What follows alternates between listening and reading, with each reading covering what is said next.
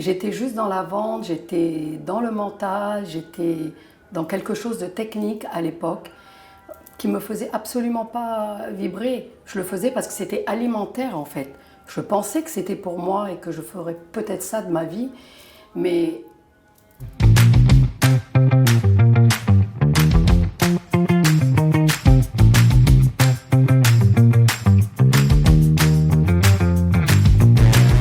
j'ai eu une autre vie, j'ai eu un autre métier bien évidemment avant pour moi de devenir thérapeute holistique. J'étais juste dans la vente, j'étais dans le mental, j'étais dans quelque chose de technique à l'époque qui me faisait absolument pas vibrer. Je le faisais parce que c'était alimentaire en fait. Je pensais que c'était pour moi et que je ferais peut-être ça de ma vie, mais à un moment, quand il y a eu ce switch, qu'il y a eu cette période où je me sentais plus bien, je n'avais plus envie de me lever le matin pour aller vendre du café ou pour faire de la publicité, je me suis dit ça va plus.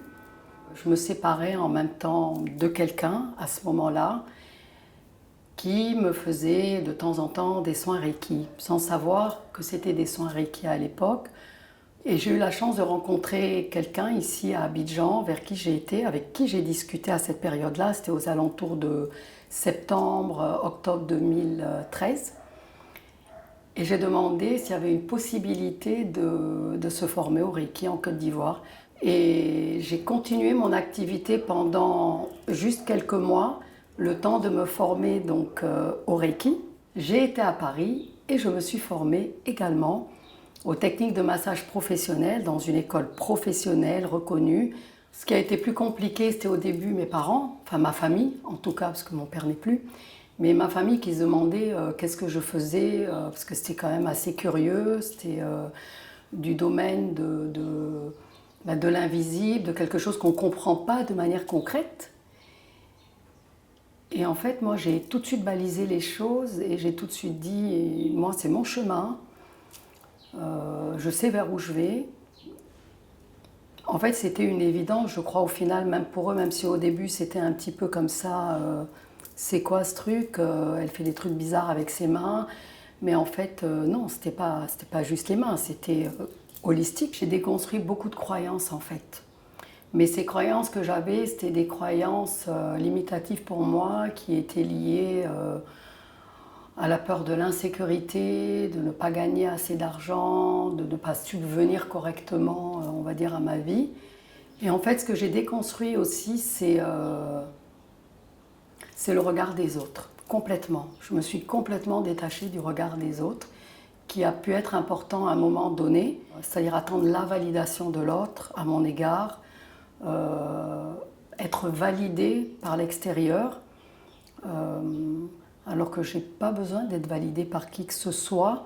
Je dois me valider moi-même, je dois me faire confiance, je dois être à l'écoute des conseils qu'on me donne avec beaucoup de bienveillance, mais en même temps prendre dans tous ces conseils, dans toutes ces recommandations, ce qui fait sens pour moi. Parce que j'avais besoin d'apprendre le détachement. Et c'est essentiellement ce que moi j'ai travaillé avec le Reiki. Le détachement émotionnel, le détachement affectif.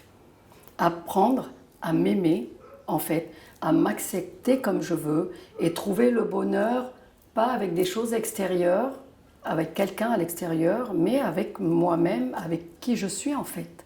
Et c'est ça qui est fabuleux parce que c'est la seule thérapie, quand on la reçoit en initiation, qui nous permet de nous donner des autotraitements.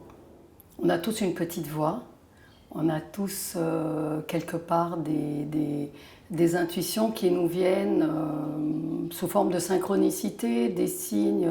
On vient tous avec des capacités, des dons, des possibilités qui se perdent à un moment dans notre vie parce que nous évoluons dans une société quand même où nous sommes beaucoup sous pression, nous sommes beaucoup conditionnés avec les il faut, je dois, avec notre éducation et notre culture. Et ça se perd à un moment donné parce qu'on ne s'écoute plus, on rentre plus dans un cadre social, pour répondre à des attentes extérieures à nous. Et finalement, je crois qu'à un moment donné, tous les êtres sur cette terre qui en prennent conscience à un moment ou pas, réalisent qu'ils ont un trait à faire dans leur vie qu'ils ont un autre chemin aussi qui leur est suggéré ou proposé, si jamais ils le souhaitent. Et moi, j'ai saisi en fait cette opportunité à ce moment-là en me disant, en fait, c'est ça. La petite voix nous dit, ben, en fait, c'est ça que j'ai envie de faire. Mais comment je vais faire? Personne ne me soutient, personne ne me valide.